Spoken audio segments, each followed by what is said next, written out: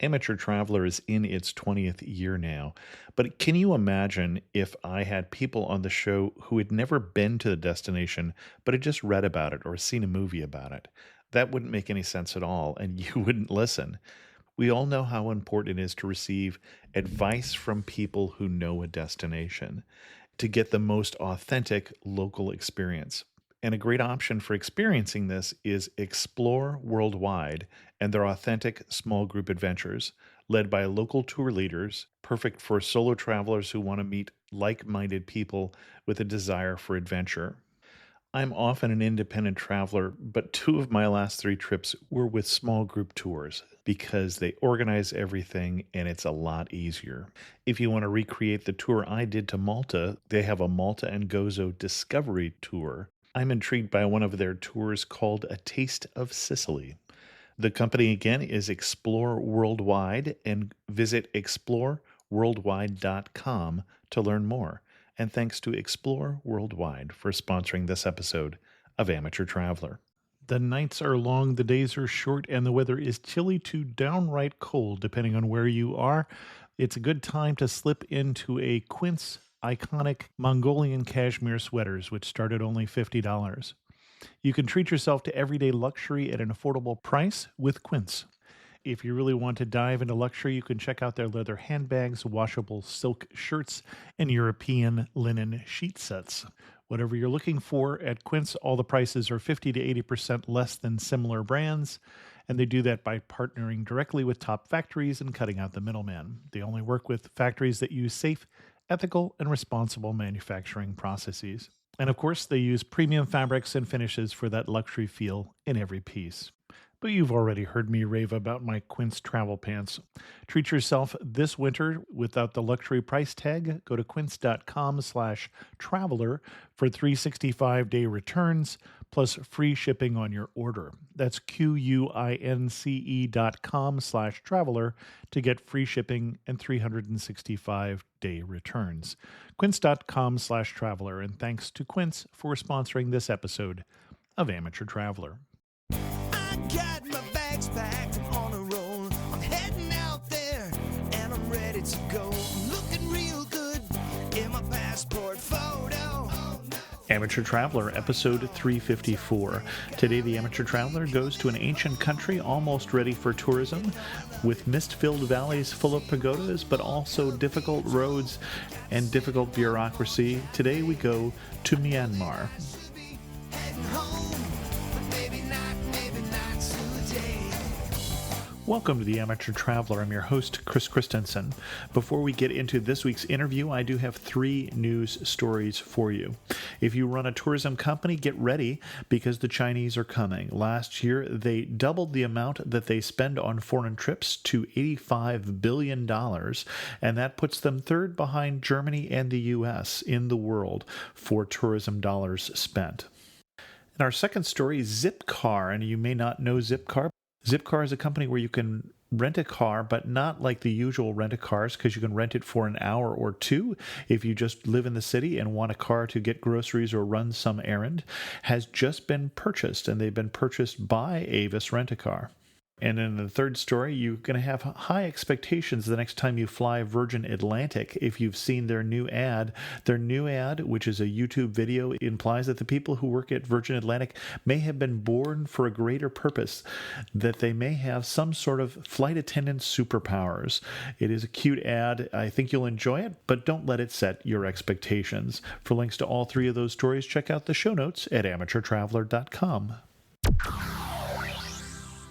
I'd like to welcome to the show Dustin Main from skinnybackpacker.com, who's come to the show to talk to us about Myanmar. Dustin, welcome to the show. Thank you very much for having me, Chris. It's good to have you on. So the first thing we should talk about is, what is the name of the country we're going to be talking about? Well, that's its own story itself, and the Cliff Notes version of it is, the official name is Myanmar, and it changed a little over 20 years ago. But the way that the government, the sort of military government at the time, changed the name, left most of the Western world to sort of call it by the original name, Burma. And so what you find is that if you're doing research online, you're buying a book, sometimes you see Burma, sometimes you see Myanmar. But because the name change happened about 20 years ago, most of the people inside the country refer to it as Myanmar and refer to the language as Myanmar language rather than Burma or Burmese. You still hear a little bit of the name Burma going around with some of the older generation or the generation that's a little bit more politically savvy. They'll still refer to it as Burma, but for all intents and purposes, I think we'll call it Myanmar. Okay.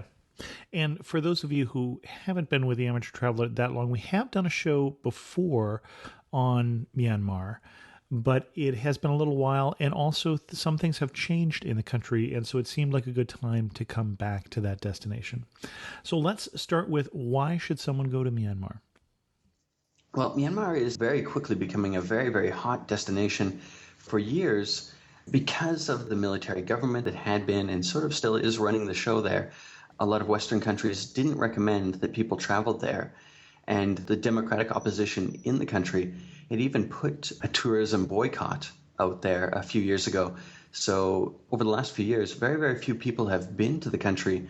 But as some more recent things have happened, particularly in the last 18 months, most prominently was when President Obama actually came to visit just about a month ago in November. It's quickly going on the map as a tourism destination in Asia that is fairly untouched and where you can avoid the crowds of an Angkor Wat or the beaches in Thailand and get a more real experience, I guess you could say. Okay. And then what kind of itinerary would you recommend for someone coming to the country for, say, a week or two? Well, there's a main itinerary that I would say that 90% of travelers go to. And in fact, on your previous podcast, that was sort of the itinerary that was talked about. And it's the Yangon, Bagan, Mandalay, and Inle Lake route. It's sort of like the big four of Myanmar.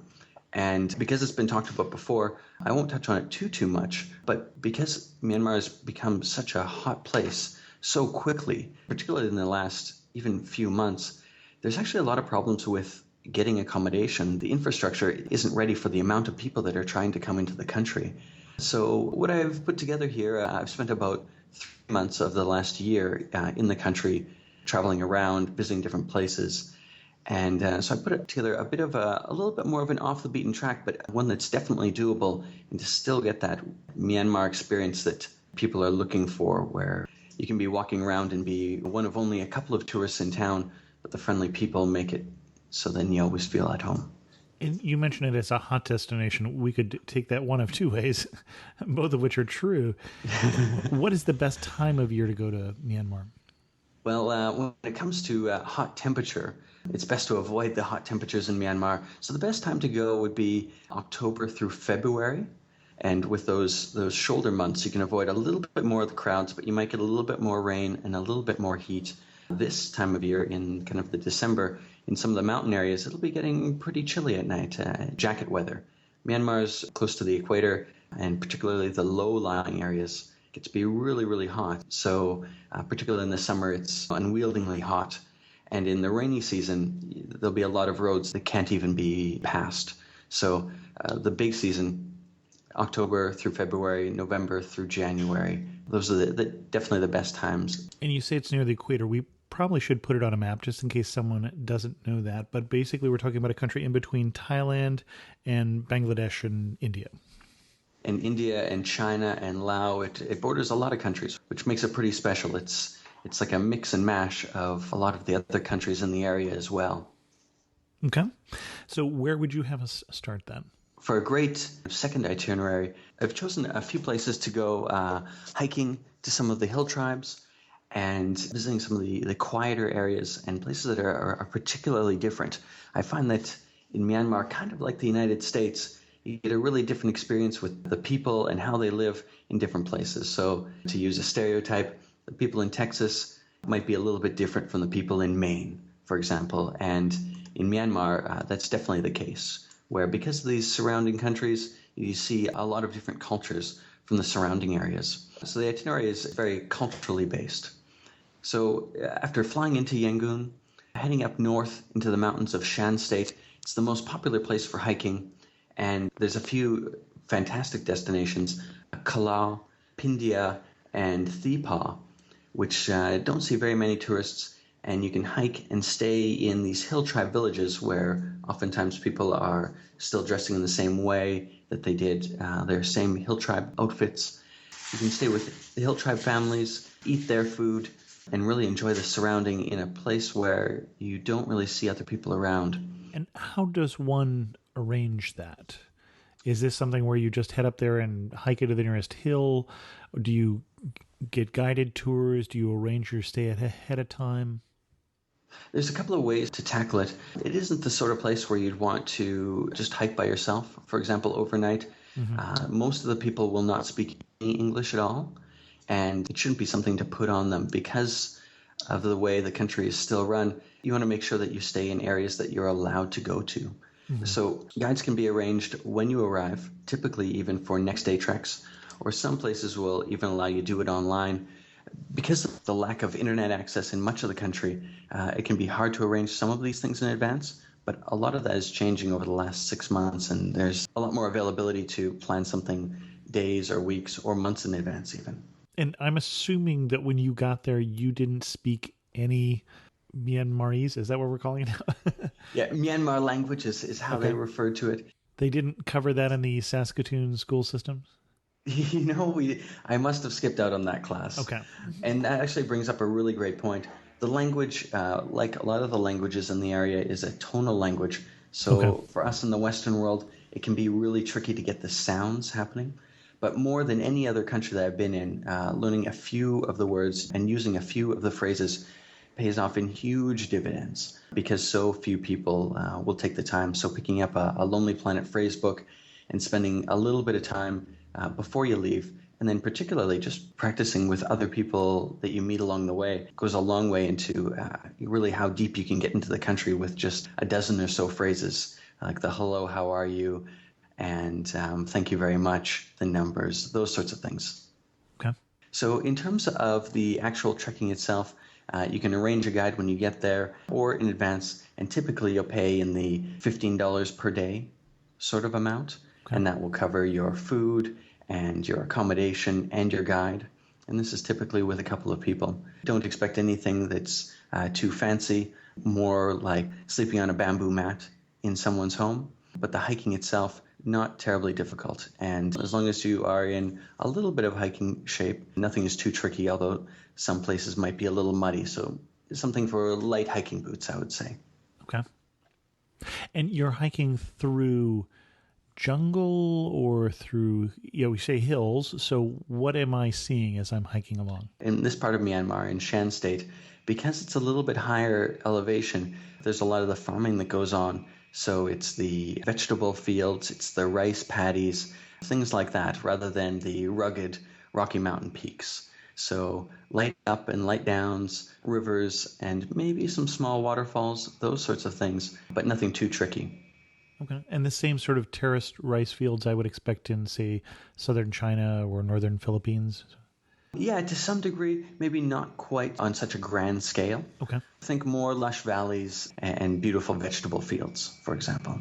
Okay. So a couple of days in there, the big thing when you're trekking is just to avoid that rainy season. It wouldn't be a very good time at all to be there when it's muddy. You'd be losing your shoes in the mud.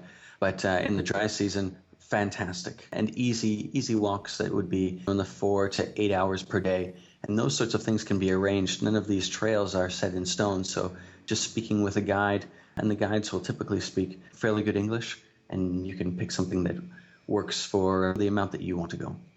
Okay. And then where do we go to next? Well, so that's in the northeast, and it would be flying back down to the south. And this is another area that doesn't see too many people.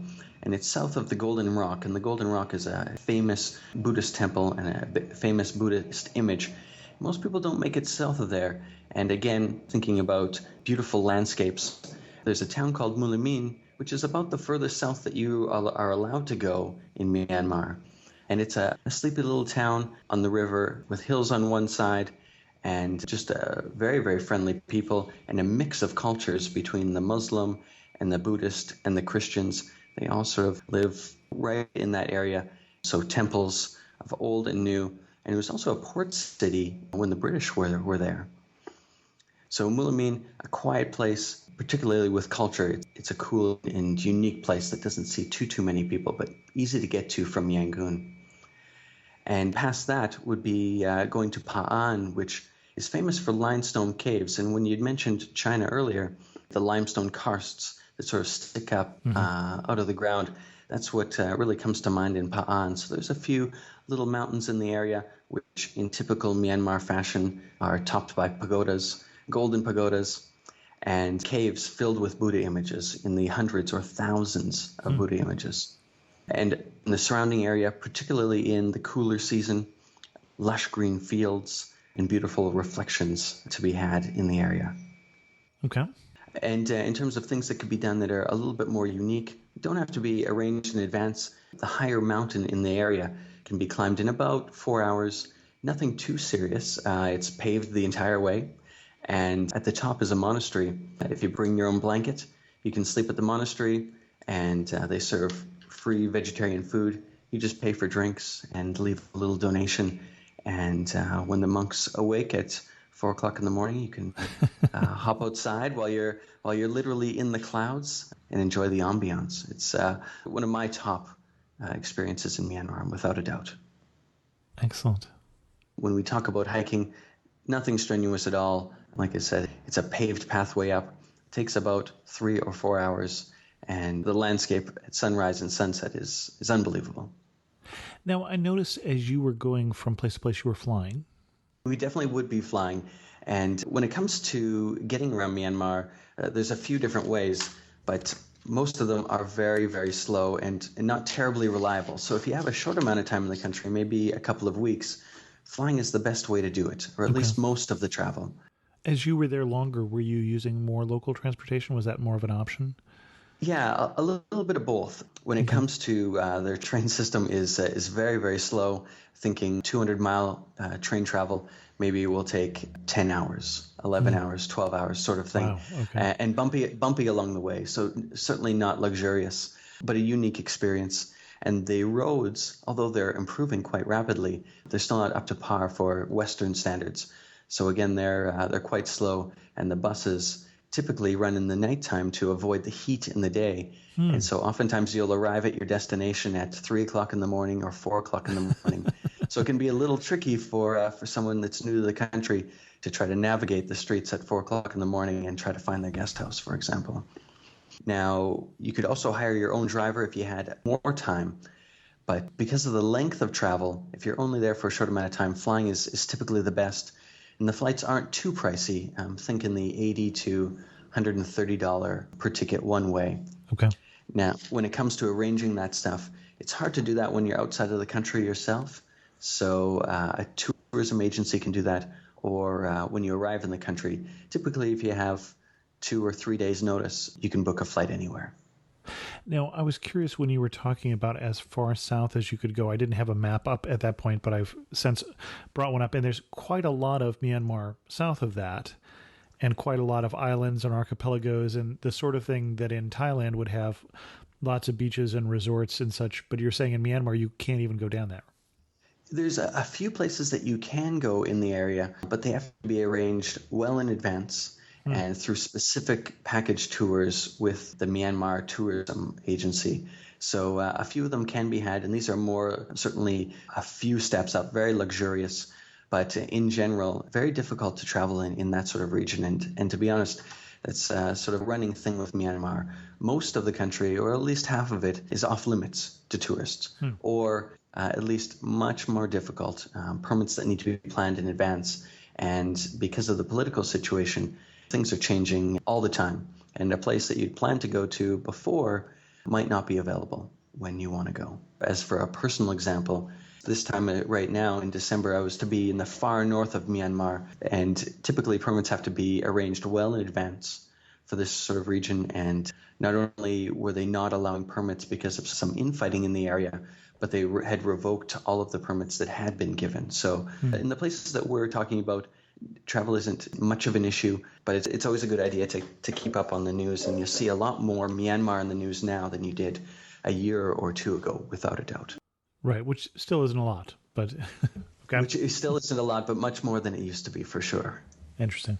So after heading south and getting a feel for the laid-back area there and some of the beautiful limestone karst, we'd be heading west, and heading west near Bangladesh, actually, to a place called Sitwe, and an old ancient city named Miao. Now, as of actually right now, this place has been off limits, off and on, over the last few months or so, but it appears to be getting better. It's something worth, if you are thinking about the region. And off limits again because of stability in the area politically. Exactly. Okay. And nothing that has ever affected tourism, affected tourists in general. But the Myanmar government seems to be going on the far safe side. So Sitwe is in Rakhine State, which is in the far west, and it's sort of divided from the rest of Myanmar by a mountain range. So it's quite a bit different. The cuisine is a little bit different, and the people are a little bit different too. The biggest thing that you can see is that there's a lot more Muslims in the area. Okay. And that's because of how close they are to Bangladesh. So Sitwe, right on the Bay of Bengal, is very, very famous for just what I think is the most brilliant sunset in Myanmar, and a very, very active fish market, probably my favorite in the world even, that runs every morning as the boats are coming in with the fish, and people are standing in the bay, literally buying the boatload of fish, or the small amounts are inspecting. So it's very cool, and it's definitely like stepping back in time. Very cool. You say the cuisine is different too, more of closer to an Indian cuisine at that point, or I don't know what Burmese or Myanmar cuisine is, so. Well, Myanmar cuisine in general is a bit of a mix from the areas around. Okay. It's not quite Thai in that it's not terribly spicy. It's not quite Chinese, although there's a lot of Chinese influences, a lot of Indian, particularly South Indian influences as well. And in Sitwe, because they're right on the bay, a lot of it is seafood, particularly fish. And one thing that will throw a lot of people off when they first arrive in the country is that the food itself is very, very oily. But just as an FYI for anyone happening to make it to the country, you don't have to eat all of the oil. It's just the way that they do it, and the people in the country, the Myanmar people, although they cook in a lot of oil, they don't eat and they don't consume all that oil either. Okay. I said I didn't know what the cuisine was like. There is a Burmese restaurant actually in San Francisco nearby that I have eaten at, which I think is one of very few in the United States, but I'm sure most people have not had that experience. Yeah, sure. And the cuisine, if you look for the best of the best, it can be quite fantastic, but it isn't in the same vein as Thai, where it's a standout part of the country. It's a nice way to get a feel for the country, but it isn't the best in the region necessarily, at least in my opinion. Okay. You had us flying in through Yangon or Rangoon, and didn't mention much about that. Worth staying a day or two in the city to see that? I'm picturing a colonial city. Yeah, it's a colonial city that's been run down. It looks like it hasn't had the TLC that it's needed over the last maybe 20, 30, 40 years, Okay. something like that. And it's a fascinating place that is changing very, very quickly. And by changing very, very quickly, I mean this is a city that until about 6 months ago, 5 months ago, had essentially no new cars, no cars that were newer than about 15 or 20 years old, because the import taxes were so high.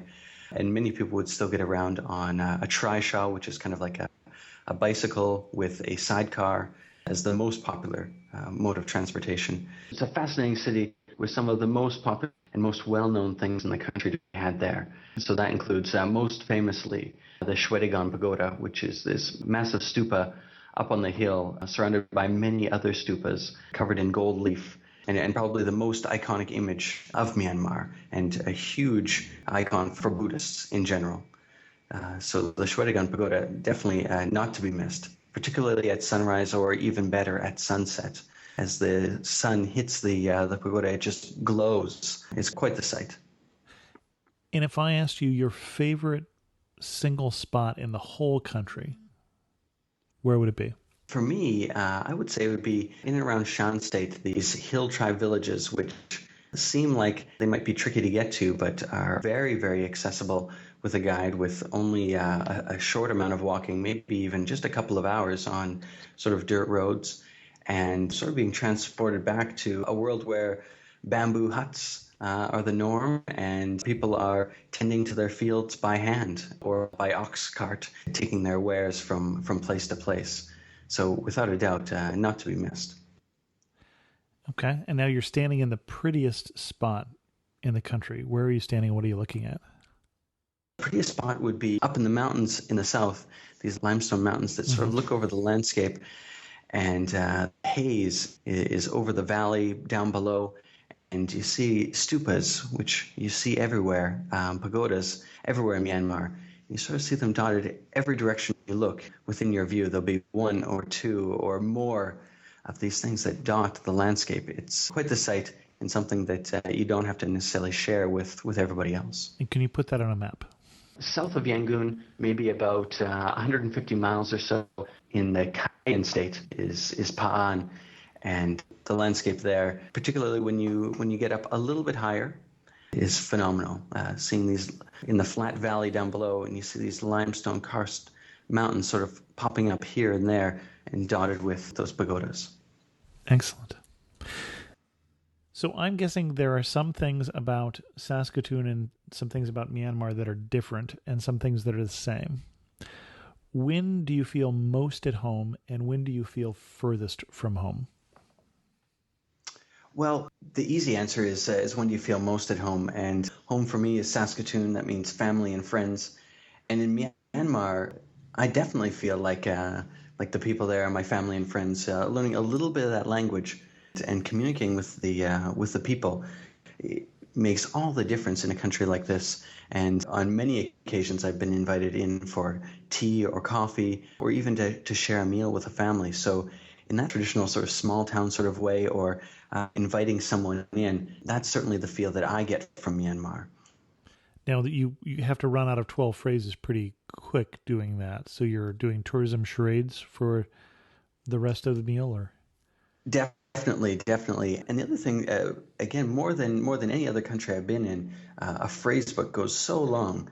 So one of my favorite things to do in the country is to either walk around or bike around. And because Buddhism is such a big deal in the country, there are monasteries everywhere.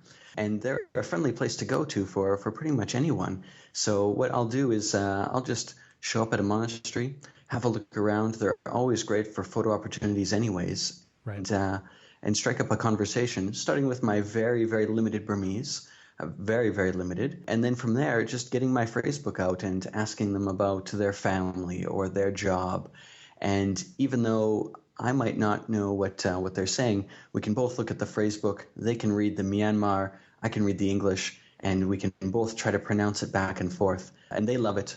And I love it too. It gives you a much different feel than you typically get from a country where you're just looking at beautiful things. Now you're interacting and meeting the people and making friends that way, which opens up a whole host of opportunities. And before you get to the other half of the question, the most memorable person you met that way? In arriving to Sittwe, I found that there was a bit of a celebration going on. And so with someone's limited English, they approached me and we started talking and playing with the phrase book. And in a short time, I was taken to a very special celebration where they were taking a golden umbrella. And the golden umbrella is the part on a stupa at the top part, and it kind of looks like an umbrella. Mm-hmm. And this one here in particular was quite beautiful and quite famous. It was being taken around the country to show before they put it up on top of the pagoda.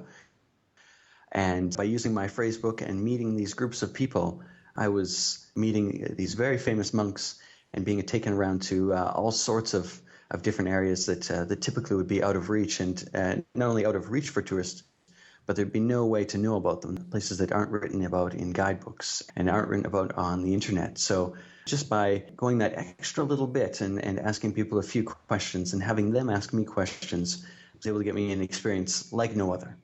An experience that would take me a half an hour to talk about. So I apologize for that. And then the other half of the question, the time you felt furthest from home. Without a doubt, the roads and the transportation in Myanmar is among the worst that I've been on. And so when you're biking along a very rocky and very dirty road on a bicycle that still uses technology from the 50s, it doesn't make for a particularly enjoyable ride. Some of the worst roads, and I use the word road very, very loosely, has to be one of the most numbing experiences I life, physically numbing at least at the end of the day. So it's not like the beautiful trails that we would have in many other parts of the world. We're talking dirt being kicked up, and dust and rocks and flat tires and that sort of thing. So certainly not in the same vein as a Canada or anywhere else in the Western world, I suppose. Excellent. So when it comes to going to Myanmar, there's a visa that's required in advance. You can contact the embassy in your country to arrange that. But because so many people right now, so many more than normal, and ever in the past are going, it's best to arrange that in at least a month in advance if you're going.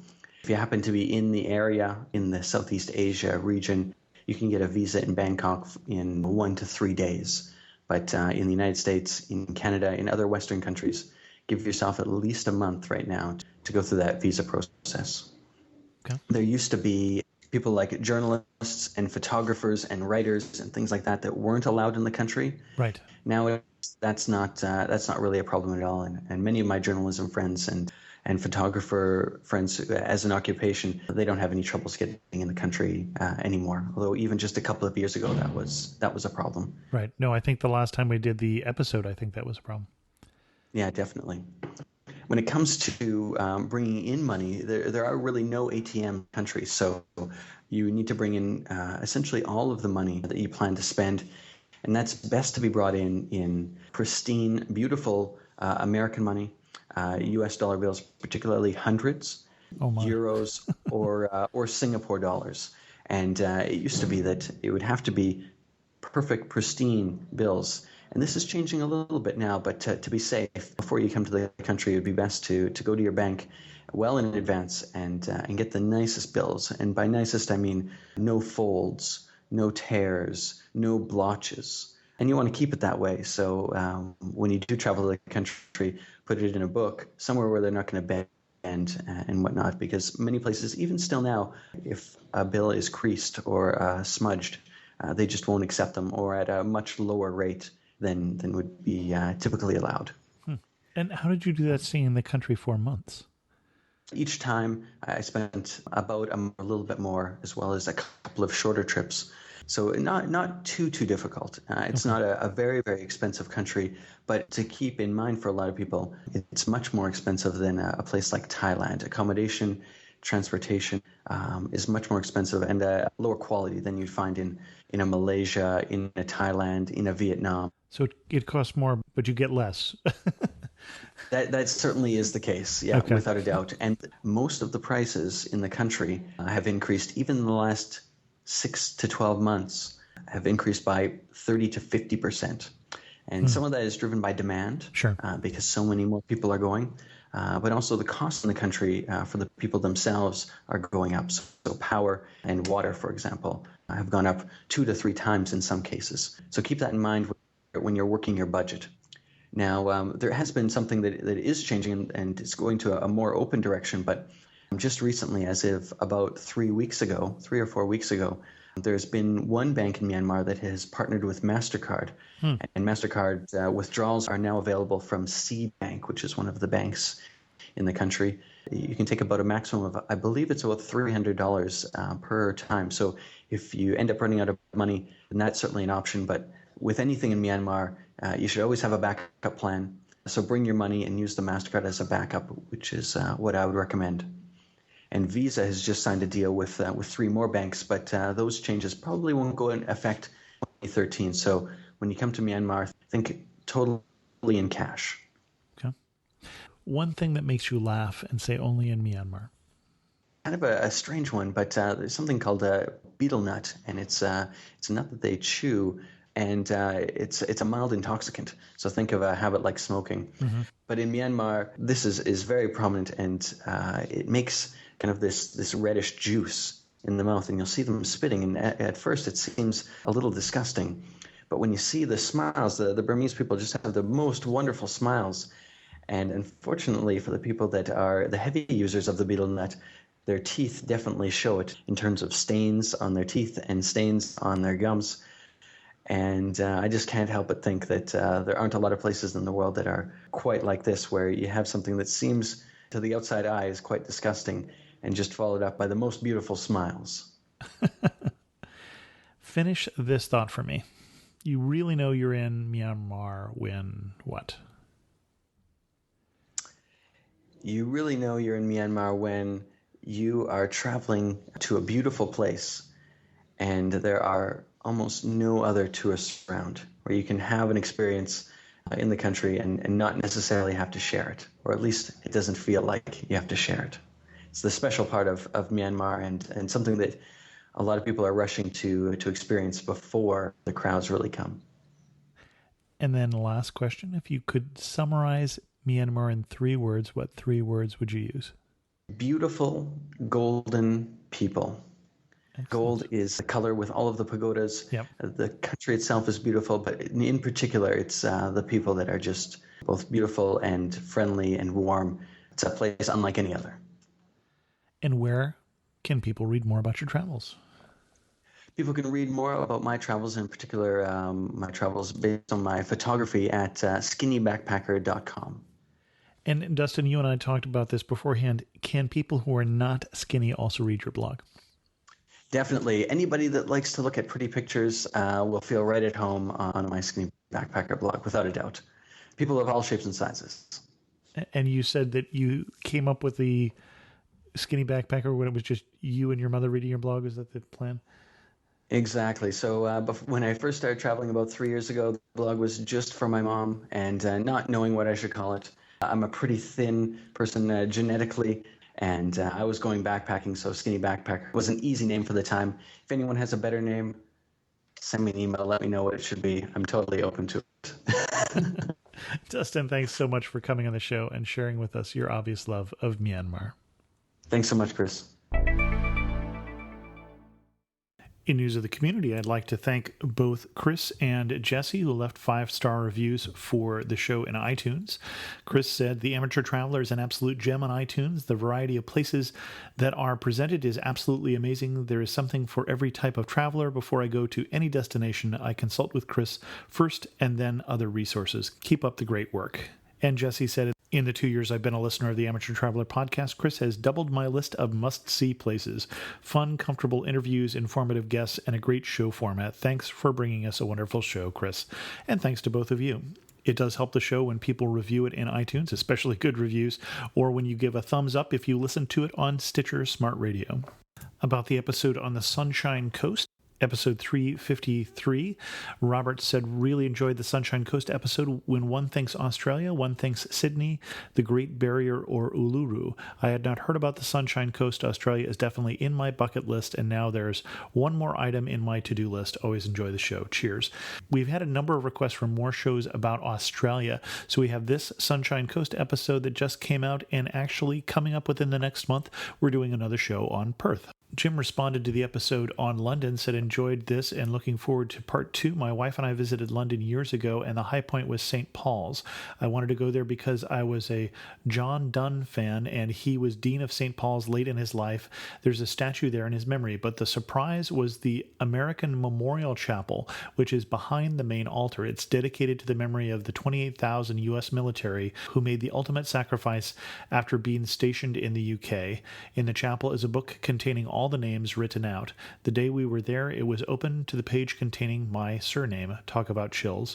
None were from my immediate family, but it was still very moving. 6 names in all." And Jim, thanks for sharing that. And again, we just recorded this morning the second part of that show. I think you'll enjoy it. It's going to be a little different from the first part. The first part was more narrative and a walking tour. The second part's going to be probably a little broader and a little less depth, so we're going to cover museums and nightlife, quirky things about London, markets, all sorts of things. I think you'll enjoy it. With that, we're going to end this episode of The Amateur Traveler. If you have any questions, feel free to send an email to host@amateurtraveler.com or post on our Facebook community, facebook.com/amateurtraveler, like Jim did, or leave a comment on this show at amateurtraveler.com. Oh, and I do want to say that I am planning on doing a show next week, but probably taking the week after that off because I will be in Japan. You can also follow me on Twitter at Chris2X, and as always, thanks so much for listening.